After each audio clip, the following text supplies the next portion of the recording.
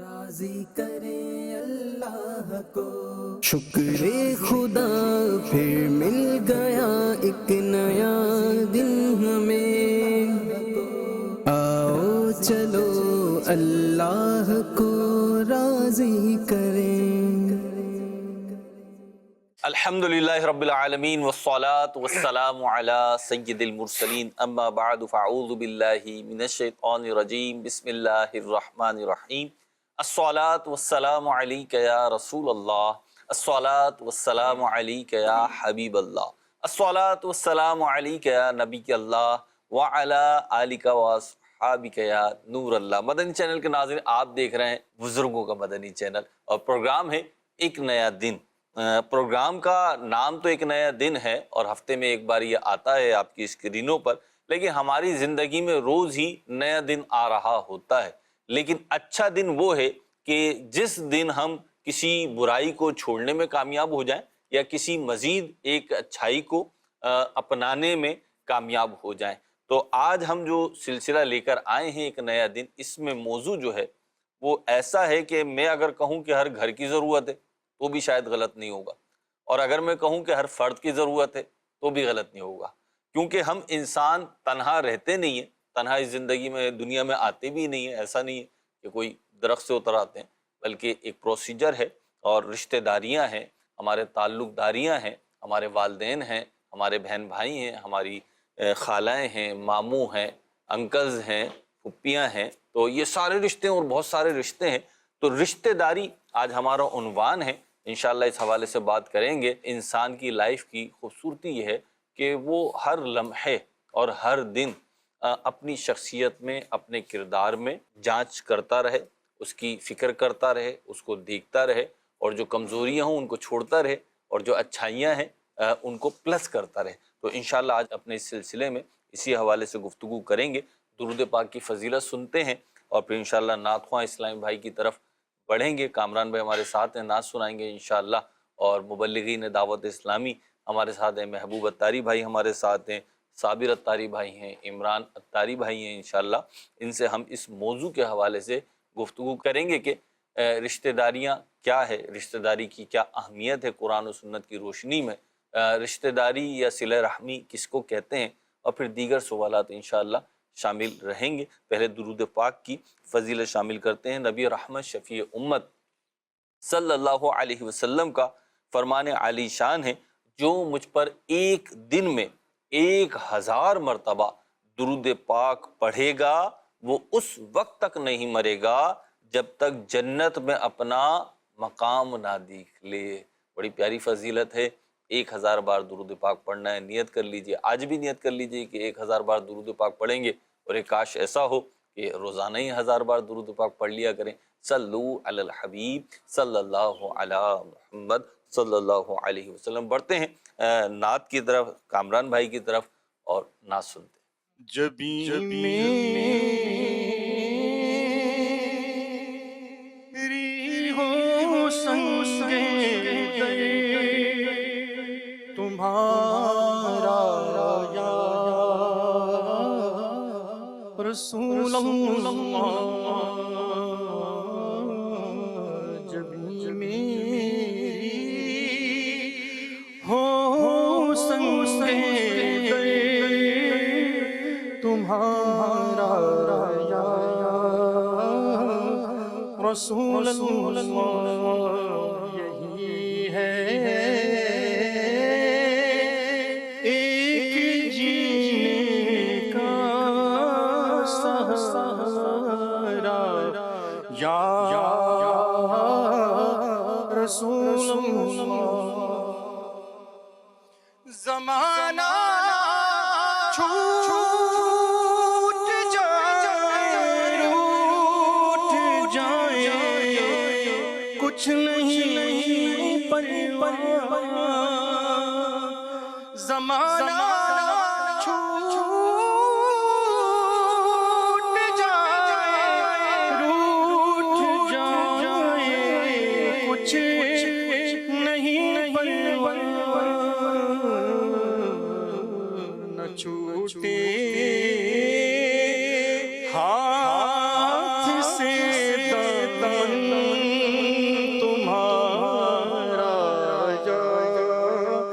رسول اللہ میرے آقا نہ چھوٹے ہاتھ سے دامن تمہارا یا رسول اللہ۔ اور بروز حشر میری اسی حقیقی لاج رکھ لینا، بروز حشر میری اسی حقیقی لاج رکھ لینا، تمہارا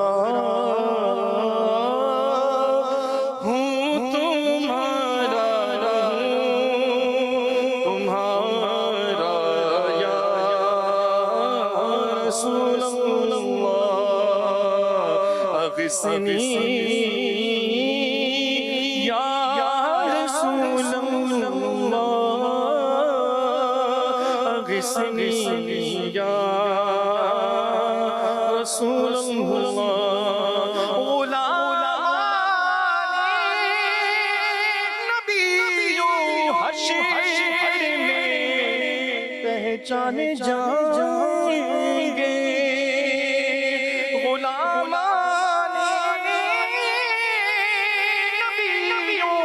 حشر میں پہچانے جائیں گے کہ ہوگا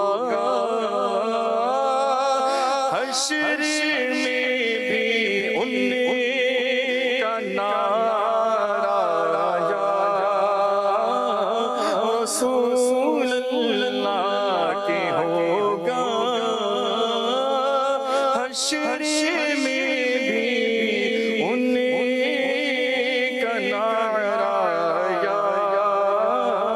رسول اللہ، نہ چھوٹے ہاتھ سے دامن تمہارا یا رسول اللہ، تمہارا ہوں، تمہارا یا رسول اللہ۔ یہی ہے کہ جینے کا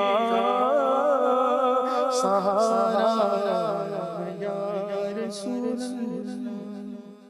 جی جناب، جیسا کہ میں نے عرض کیا، موضوع ہے رشتہ داری۔ آپ کسی کے رشتہ دار ہیں، کوئی آپ کا رشتہ دار ہے، تعلقات اچھے ہیں، تعلقات برے ہیں، جھگڑا ہے، محبت ہے، پیار ہے، تعلقات نبھائے جا رہے ہیں، جو بھی صورتحال ہے، لیکن سب سے پہلے یہ جانتے ہیں کہ قرآن و حدیث میں اللہ اور اس کے رسول نے رشتہ داری کے حوالے سے یا اس کی اہمیت کے حوالے سے ہمیں کیا حکم ارشاد فرمایا۔ جی صابر بھائی، کیا ارشاد فرمائیں گے؟ جی، رشتہ داری کے حوالے سے قرآن پاک بھی ہماری رہنمائی کرتا ہے۔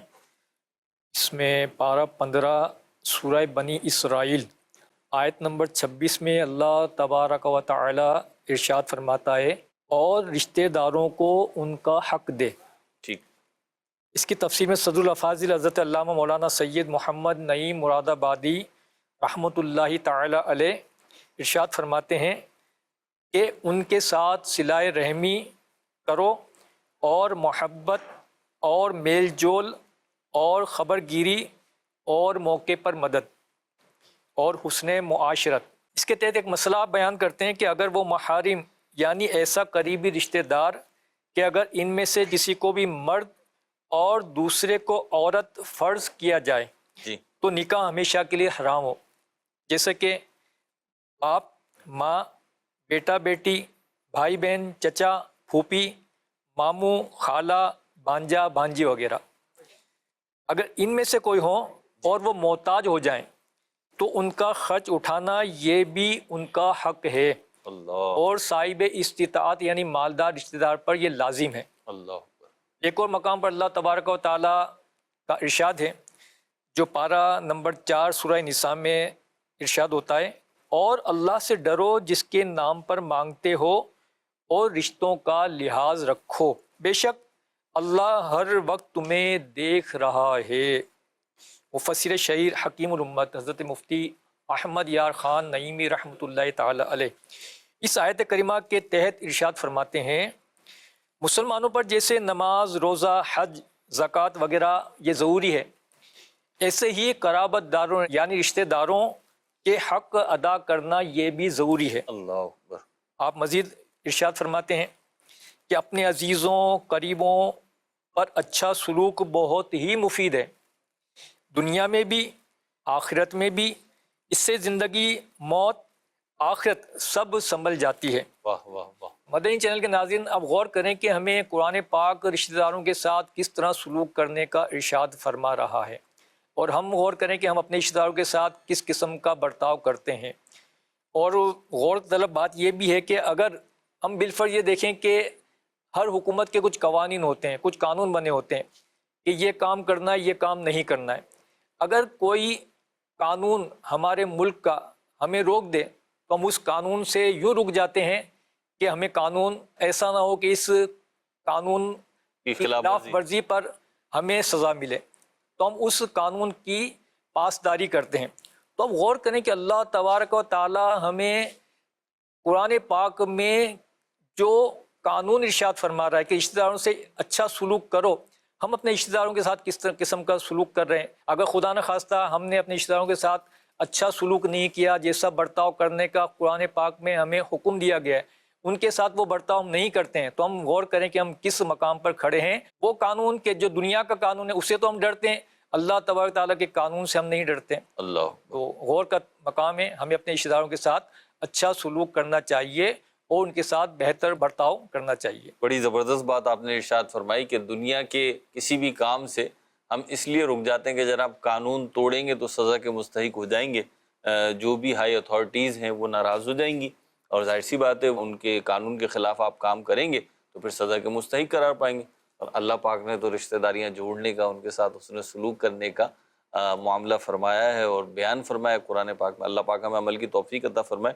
محبوب بھائی، یہ بات ارشاد فرمائیں کہ ہم رشتہ داری کی بات کر رہے ہیں، صلہ رحمی کی بات کر رہے ہیں، تعلق کی بات کر رہے ہیں، یہ کہیں گے کسے؟ یعنی تعلق تو ہوتا ہے نا بھائی، ہاں ٹھیک ہے رشتہ دار تو ہیں ہمارے، ہم کب انکار کر رہے ہیں کہ رشتہ دار نہیں ہے، موت میت میں چلے ہی جاتے ہیں ہم، تو کیا کہیں گے کہ اصل میں رشتہ داری کیا ہے یا صلہ رحمی کیا ہے، اس کو کیسے ایکسپلین کریں گے؟ اصل میں صلہ رحمی سے مراد یہ ہے رشتہ داری کو ملانا، ٹھیک ہے؟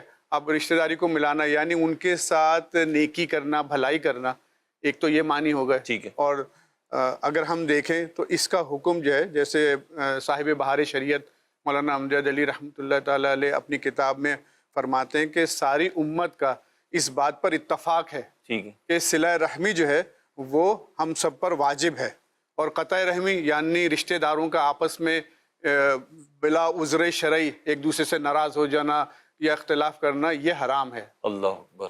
حدیث میں بھی جو ہے وہ اس کا حکم ہمیں ملتا ہے کہ رشتہ داروں کے ساتھ اچھا سلوک کرو، قرآن میں بھی اس کی ترغیب ہمیں ملتی ہے۔ اب اس میں یہ ہے کہ درجہ بندی ہے، مثلاً ماں باپ ہیں، ان کا درجہ سب سے پہلے ہے، صحیح۔ اس کے بعد وہ رشتہ دار آتے ہیں جو نسب کے حساب سے ہمارے زیادہ قریب ہیں، یعنی وہ رشتہ دار جن کے ساتھ جیسے نکاح حرام ہے، یعنی درجہ بندی کو اگر ہم دیکھیں کہ ماں باپ کے بعد وہ رشتہ دار ہیں، اسی نسبت سے اس کے اندر کس کے ساتھ کیا رویہ رکھنا ہے۔ یعنی یہاں مراد یہ نہیں کہ کسی سے ناراض ہونے کا حکم ہے، اس سے مراد یہ کہ ماں باپ ہیں تو ماں باپ سب سے پہلے ہیں، بڑھ کر ہیں، کہ ان کی وجہ سے جو ہے وہ ہم دنیا میں آتے ہیں، اور ان کا جو ان کا احسان تو سب سے بڑھ کر سب سے اللہ کے بعد۔ ہاں، اس کے بعد پھر بہن بھائی ہیں ٹھیک ہے، سگے، ان کا درجہ آتا ہے، پھر جو دوسرے رشتہ دار ہیں ان کا درجہ آتا ہے۔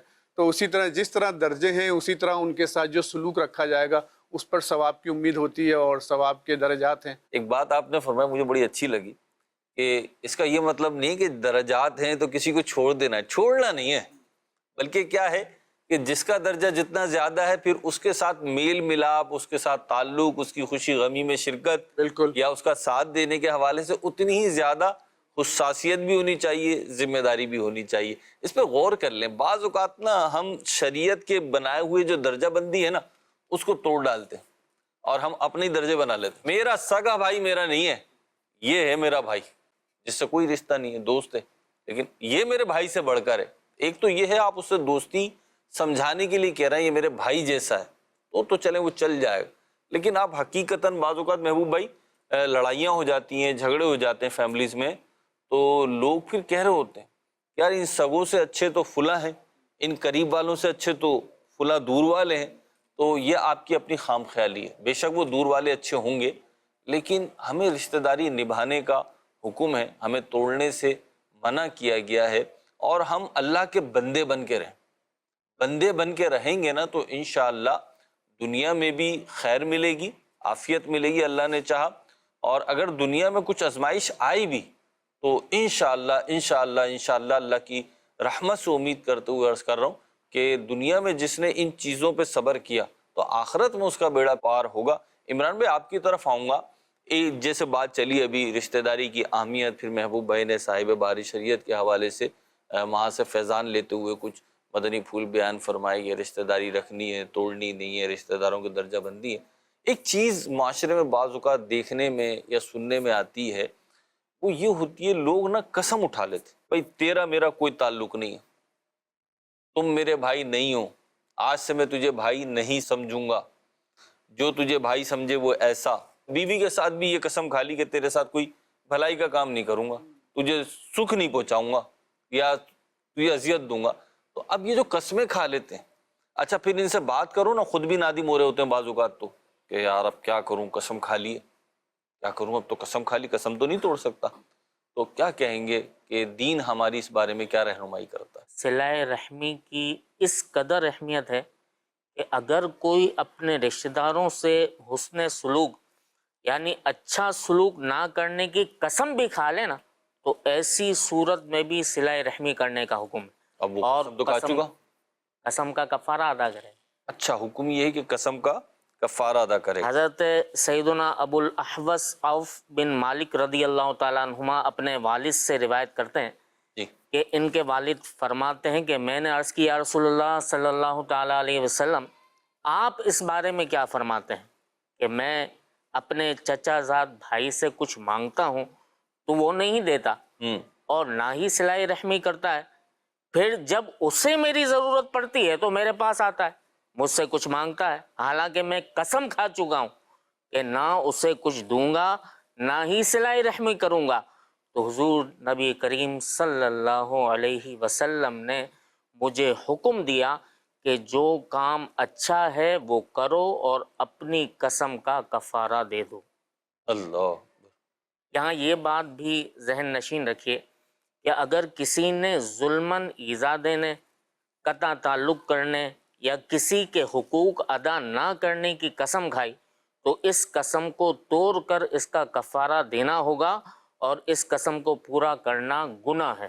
جیسا کہ رحمت عالم صلی اللہ علیہ وسلم نے فرمایا کہ اگر کوئی شخص اپنے گھر والوں کو نقصان پہنچانے کے لیے قسم کھائے تو خدا کی قسم اس کو نقصان دینا اور قسم کو پورا کرنا اللہ تعالیٰ کے نزدیک زیادہ گناہ ہے. اللہ. اس سے کہ وہ اس قسم یعنی توڑنے کے بدلے کفارہ دے کہ جو اللہ تعالیٰ نے اس پر مقرر فرمایا. مفسر شہیر حکیم الامت مفتی احمد یار خان نعیمی رحمۃ اللہ تعالیٰ علیہ اس حدیث کے تحت فرماتے ہیں کہ یعنی جو شخص اپنے گھر والوں میں سے کسی کا حق مارنے پر قسم کھا لے، مثلا یہ کہ میں اپنی ماں کی خدمت نہیں کروں گا یا ماں باپ سے بات چیت نہیں کروں گا، ایسی قسموں کو پورا کرنا ہی گناہ ہے. اس پر واجب ہے کہ ایسی قسمیں توڑ دے اور گھر والوں کے حقوق ادا کرے. خیال رہے کہ یہاں یہ مطلب نہیں کہ یہ قسم پوری نہ کرنا بھی گناہ مگر پوری کرنا زیادہ گناہ ہے، بلکہ مطلب یہ ہے کہ ایسی قسم پوری کرنا بہت بڑا گناہ ہے اور پوری نہ کرنا ثواب ہے. کہ اگرچہ رب عز و جل کے نام کی بے ادبی قسم توڑنے میں ہوتی ہے اسی لیے اس پر کفارہ واجب ہوتا ہے، مگر یہاں قسم نہ توڑنا زیادہ گناہ کا باعث ہے. میں یہاں مدنی چینل کے ناظرین آپ کی توجہ چاہوں گا، یہ قسم کی بڑی اہمیت ہے. اسلامی نظام عدالت جو ہے، نظام قانون جو ہے، اس میں بھی قسم کی بڑی اہمیت ہے. اور یعنی آپ یوں سمجھیں کہ بعض اوقات یوں ہوا نا کہ مقدمہ ہوا تو قسم پہ مقدمہ ختم ہو جاتا ہے، اب اس کی تفصیل ہے، لیکن بہرحال قسم کی ایک اہمیت ہے۔ جب کوئی مسلمان اللہ کی قسم اٹھا لے تو پھر اس کی اہمیت تو پھر بہت ہی زیادہ، اور حقیقتاً قسم ہے بھی وہی۔ لیکن سوال یہاں پہ یہ ہے جو میں آپ کو ایڈریس کرنا چاہ رہا ہوں کہ آپ دیکھیں دین اسلام کیسا خوبصورت انسان ہے، علم نہیں ہے، بعض اوقات جوش و جذبات ہوتے ہیں، بعض اوقات غصہ ہوتا ہے، بعض اوقات بھڑاس نکالنی ہوتی ہے، قسم اٹھا لی تو اب کیا کریں؟ تو حل یہ ہے کہ اب اگر وہ کام ایسا ہے کہ جو شرعاً ضروری ہے، شریعت کو محبوب ہے، قسم توڑ دے اور وہ کام کرے کہ جس میں واقعتاً بھلائی ہے۔ تو ادھر کرنا کیا ہے آپ کو میں 2 مشورے دوں گا۔ نمبر 1، دارالفتہ اہل سنت کے موبائلز نمبر جو کانٹیکٹس نمبر ہیں وہ اپنے موبائل میں یا ڈائری میں، اگر آج بھی آپ کے پاس کوئی ٹیلی فون ڈائریکٹری ہے تو اس کے اندر سیو کر لیجئے، اور اسکرین پہ آپ نمبر ملاحظہ فرما رہے ہیں، اور کسی مستند اچھے سنی مفتی سے یا دارالفتہ اہل سنت تشریف لائیں، یہاں آ کر مسئلہ پوچھیں، کیونکہ ایک تو ہر قسم قسم بھی نہیں ہوتی، پھر سب سے پہلے تو یہ طے ہو کہ وہ قسم ہے کہ نہیں، پھر اس قسم کا پورا کرنا ضروری ہے کہ نہیں، کیونکہ یہ بھی نہیں ہے کہ اب پتہ چل گیا کہ جی بعض صورتوں میں قسم توڑ سکتے ہیں تو قسم بھی کھا رہا ہے، توڑ بھی رہے ہیں کہ جی میں اس کا کفارہ دے دوں گا۔ یوں ہم نے کھیل بھی نہیں بنانا، بلکہ اس پہ رہنمائی لینی ہے اور پھر ہم نے آگے بڑھنا ہے۔ اللہ تعالی ہمیں عمل کی توفیق عطا فرمائے۔ یہ بھی ایک حقیقت ہے عمران بھائی کہ اکثر اوقات دیکھا جائے تو لوگ رشتہ داریاں نبھا ہی رہے ہوتے ہیں، ایک دوسرے کے ساتھ چل ہی رہے ہوتے ہیں، جیسے ایک واویلا ہے نا کہ لوگ رشتہ داریاں نہیں نبھا رہے، تو میرا خیال ہے زیادہ تر لوگ رشتہ داری نبھا رہے ہیں، کم افراد ایسے ہیں جو رشتہ داری نہیں نبھا رہے۔ یہ ہو سکتا ہے کہ رشتہ داری نبھانے میں لوگوں کی کیفیات مختلف ہوں، لیکن نبھا رہے ہیں، رشتوں کو ساتھ لے کے چل رہے ہیں۔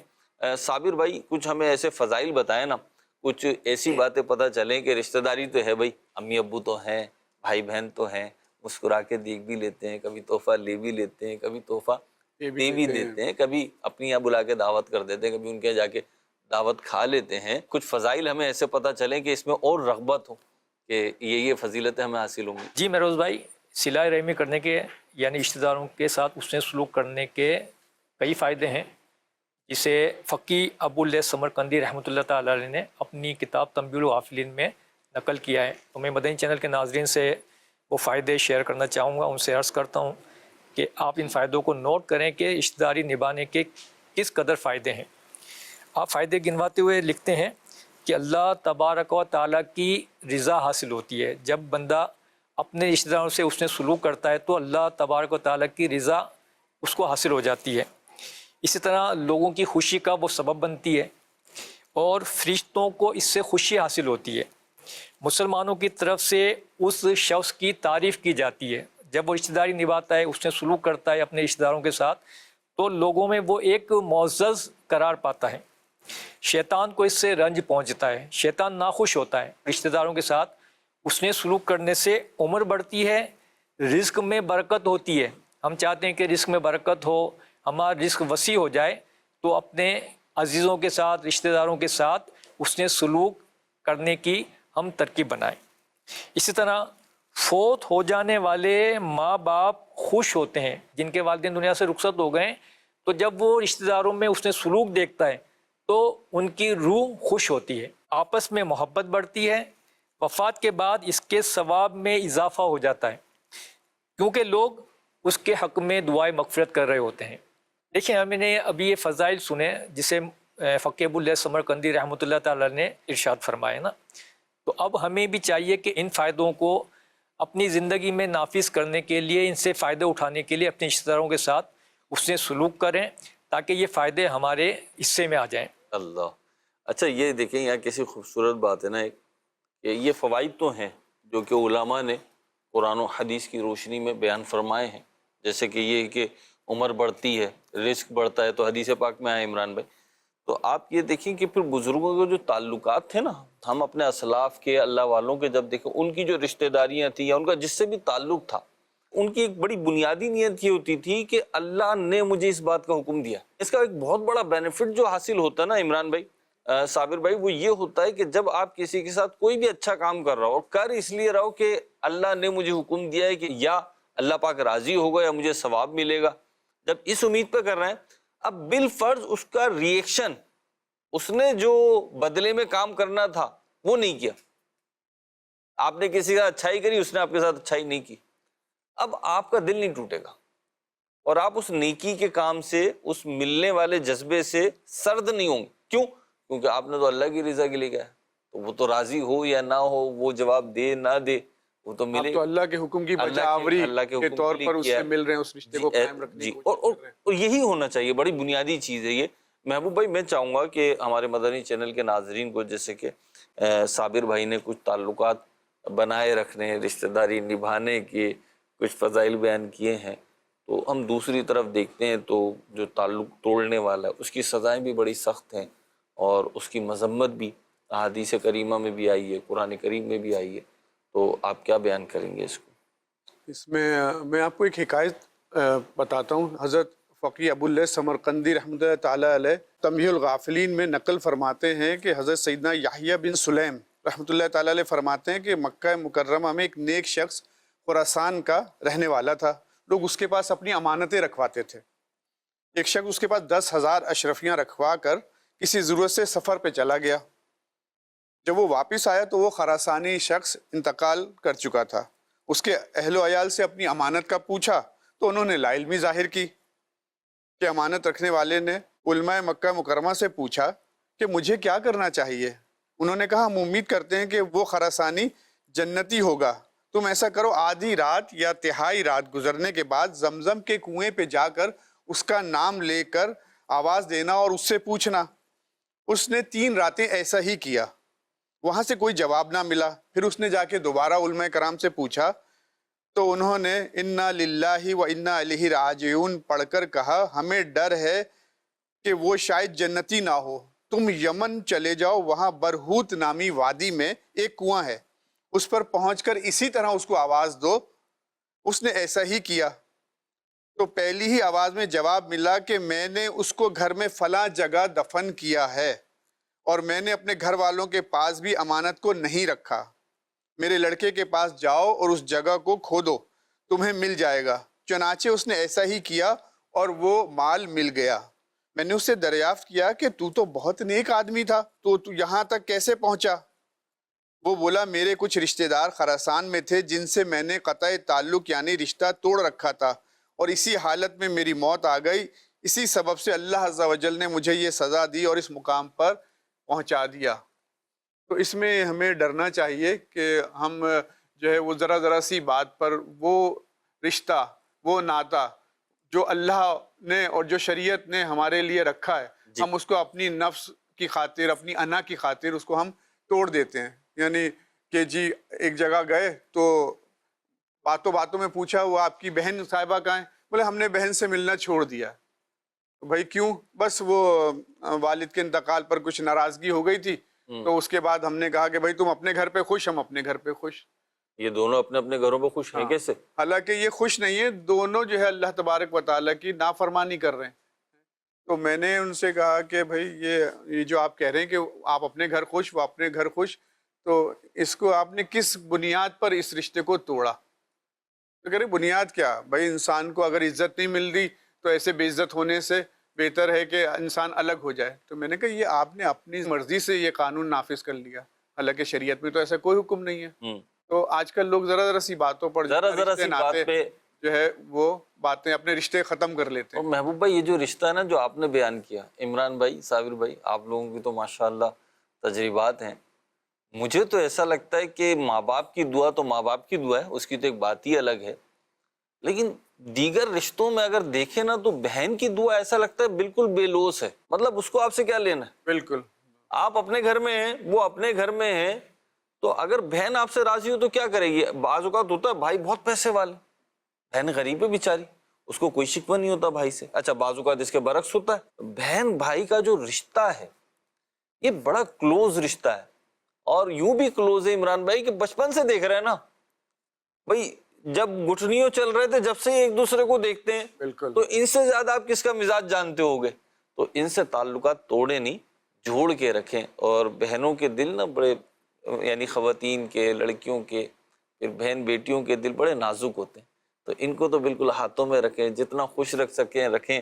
اللہ پاک ان کے نصیب اچھے کرے اور ان کے صدقے میں بھائیوں کے، والد کے اور بیٹوں کے نصیب چلاتا رکھے۔ ہم تو سمجھتے ہیں کہ جی ان کی برکتیں ملتی ہیں، احادیث کریمہ بھی اس قسم کا مفہوم آتا ہے۔ میں چاہوں گا کہ اپنے مبلغین سے میں دو باتیں پوچھوں اور ایک ساتھ پوچھوں کہ وہ بات، کیونکہ معاشرے میں ہے نا، وہ کون سی بات ہے کہ آپ سمجھتے ہیں کہ اس وجہ سے رشتہ داریاں خراب ہوتی ہیں، یا وہ کون سی بات ہے، آپ نے جیسے بعض فیملیز ہوتی ہیں نا، ان کو دیکھو تو رشک آتا ہے، یار ماشاءاللہ اتنی بڑی فیملی ہو گئی لیکن جڑی ہوئی ہے آپس میں، پیار محبت سے ایک دوسرے کی رسپیکٹ کے ساتھ، اور بڑے جو ہے نا وہ محبت بھرے انداز پہ زندگیاں گزار رہے ہوتے ہیں لوگ۔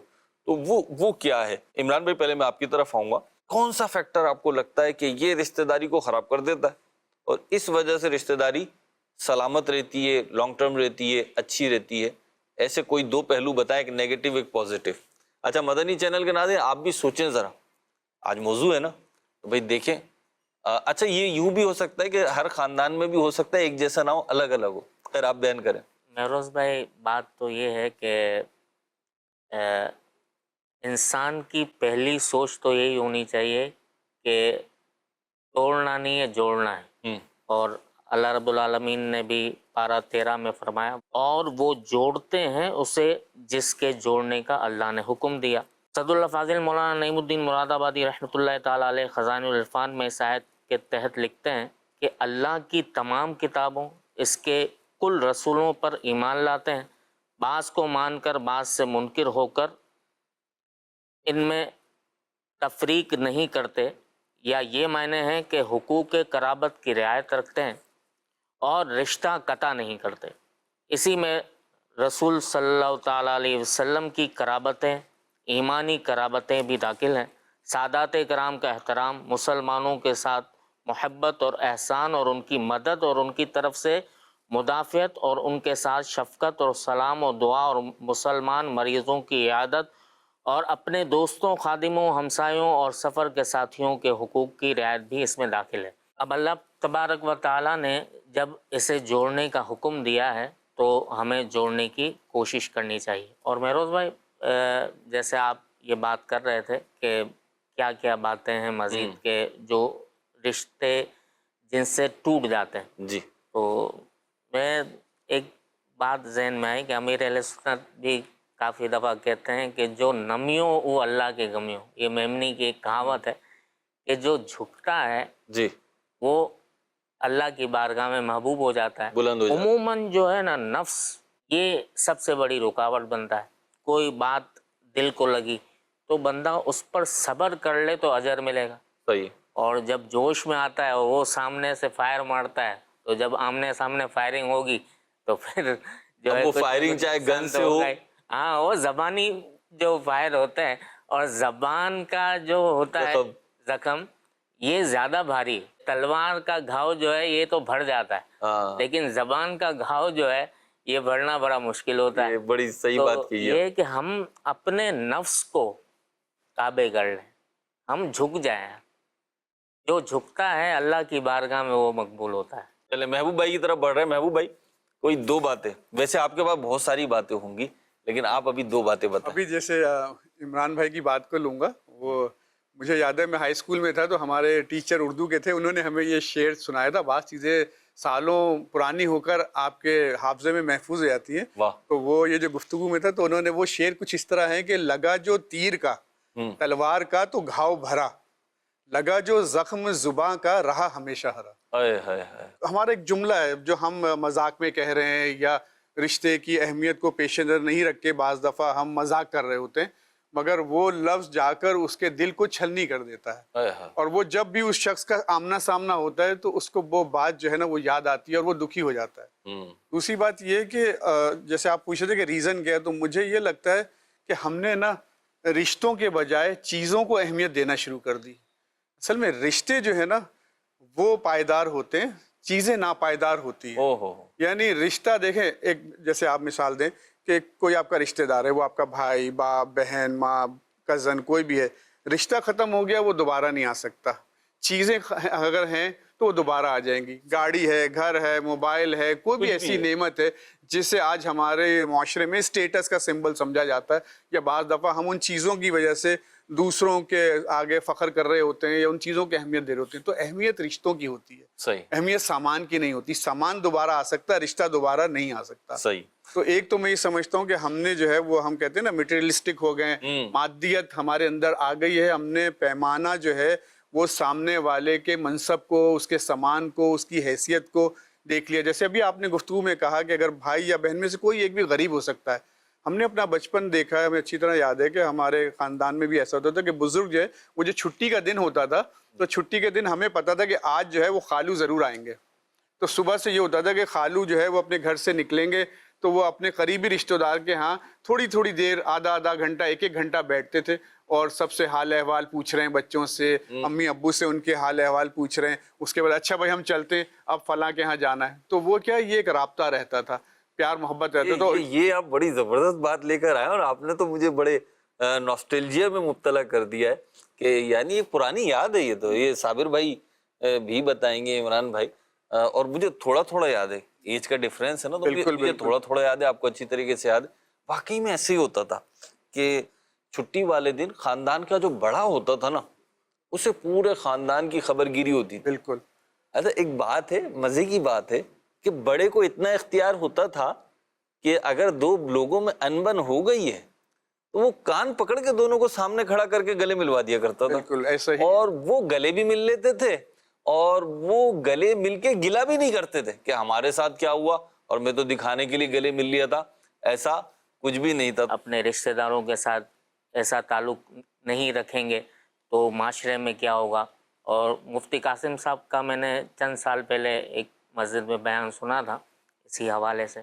تو مفتی صاحب نے کچھ پوائنٹس اس میں ڈسکس کیے تھے کہ آج جیسے کسی رشتہ دار کے یہاں میت ہو گئی, اب میت میں بندہ وقت دے کر جا رہا ہے لیکن اس کی نیت کیا ہے کہ یار اگر میں جنازے میں نہیں گیا تو لوگ کیا کہیں گے, یار یہ رشتہ دار ہے اور آیا نہیں.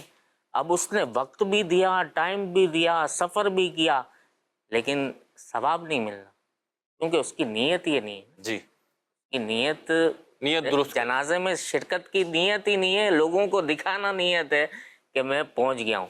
اسی طرح جو ہے کہتے ہیں کہ اگر کوئی غریب رشتہ دار آ گیا تو اب ذہن یہ بنتا ہے کہ یار یہ گھر پہ آیا اور مانگنے ہی آیا ہوگا. اب مانگنے آیا تو یار یہ گھر پہ آ گیا تو اب اس کو کچھ نہ کچھ دینا پڑے گا. مفتی صاحب فرماتے ہیں کہ اگر اس نے مال خرچ بھی کر دیا, دے بھی دیا, لیکن نیت یہ تھی کہ یار یہ آیا ہے تو اس کو کچھ دینا ہے, اب تو پھنس گیا ہوں, تو پھر جو ہے اس کو ثواب ملنا نہیں. تو آج واقعی ایسی پوزیشن ہے کہ صلہ رحمی ایک مجبوری والا سلسلہ بن گیا ہے, حالانکہ حقیقتاً یہ ہے کہ یہ بہت بڑا ثواب کا کام. عمران بھائی یہ جبھی ہے نا, دیکھیں بہت ساری چیزیں ہم اپنے بچوں کو بھی دیکھتے ہیں, معاشرے میں بھی دیکھتے ہیں, بعض اوقات بچے وہ چیزیں استعمال کر رہے ہوتے ہیں جو نقصان دہ ہوتی ہیں اور بڑے انہیں سمجھا رہے ہوتے ہیں نہیں بیٹا یہ چیز نہیں, بیٹا یہ آپ کا گلا خراب کرے گی, بیٹا یہ یوں کرے گی, بیٹا یوں کرے. تو بچے تو ناسمجھ ہوتے ہیں, تو جیسے جیسے ان کی ایج تبدیل ہو رہی ہوتی ہے تو انہیں بھی اس چیز کے ریلائزیشن ہو جاتی ہے کہ نہیں یہ فائدہ مند ہے, یہ نافائدہ مند ہے. جیسے اگر میں بھی اپنی بھی بات کروں تو بچپن میں ہم نے بھی بچوں والی ہی حرکتیں کی ہیں اور بہت ساری چیزیں ایسی استعمال کی ہیں جو بچے عمومی طور پہ کرتے ہیں. لیکن آج اگر کوئی وہ بڑے سے اچھے سے برتن میں رکھ کے بھی پیش کرے تو میں کہوں گا نہیں بھائی یہ تو نہیں چلے گا. حالانکہ بچپن میں وہ ہماری عید کا دن ہوتا تھا, وہ مل جائے تو شعور جو آپ بات کہہ رہے ہیں, اگر آج بھی جو رشتہ داری نبھانے کے فوائد وہ بیان کیے جیسے ہم کر رہے ہیں تو اللہ کی رحمت سے امید ہے. ہمیں اپنی زبان پہ اپنے الفاظ پہ بھروسہ نہیں ہے, بلکہ کیونکہ ہم اللہ اس کے رسول کے احکامات کے تحت باتیں کر رہے ہیں ساری, تو ہمیں امید ہے کہ مسلمانوں کے کانوں میں جائے گی تو ایک اچھا اس کا رسپانس آئے گا, ایک اچھی تبدیلی آئے گی اور ممکن ہے اور ایسے واقعات بھی الحمدللہ اچھا میسیج پہنچے گا, اس پہ عمل بھی ہوگا اللہ نے چاہا تو. صابر بھائی آپ کے بھی تجربات ہیں, آپ کیا کہیں گے کہ وہ کون سا ریزن ہے کہ جس کی وجہ سے رشتہ داریاں ٹوٹتی ہیں, یا وہ کون سی چیز ہے جو رشتہ داریوں کو ٹوٹنے سے بچا سکتی ہے؟ انسان کو چاہیے کہ وہ اپنے رشتہ داروں سے رشتہ داری بنا کر رکھے. تو اس کے لیے موقع ایک دوسرے سے میل جول کا سلسلہ بنا کے رکھیں نا، ملتے رہیں. ملتے جلتے رہیں. اس کے لیے عموماً ہوتا یہی ہے کہ رشتہ داروں میں تقاریب کا سلسلہ ہوتا ہے نا، کسی نہ کسی موقع پہ، جیسے منگنی کا سلسلہ ہو گیا کسی کے یہاں، کسی کے عقیقے کا سلسلہ ہو گیا. یہ چھوٹے موٹے تقاریب عام طور پہ آتی رہتی ہے. جناب 11ویں آ گئی، میلاد آ گیا، چھٹی نیازیں آ مواقع گئی. آ گئے. کچھ تو بہر ملاقات چاہیے. بالکل. اس قسم کے جو ہے مواقع عام طور پر رشتہ داروں کے آتے رہتے ہیں، اور قریبی رشتہ داروں کو ان میں انوائٹ بھی کیا جاتا ہے. تو یہ ایک اچھا موقع ہوتا ہے، اس سے رشتہ داریاں جڑتی ہیں نا، آپس میں محبتیں بڑھتی ہیں. تو اب ہوتا کیا ہے کہ یہ تو ایک سلسلہ ہوا جوڑنے کا. اب اسی میں جوڑنے کے ساتھ ساتھ بسا اوقات ایک سائڈ افیکٹ یہ آتا ہے کہ بندہ اگر کسی نے اپنے رشتہ داروں کو انوائٹ کیا، مدعو کیا اپنے یہاں چھوٹی موٹی تقریب پر، اب وہ چاہتا ہے کہ میرے جتنے بھی رشتہ دار ہیں وہ سارے اس میں موجود ہوں. صحیح ہے.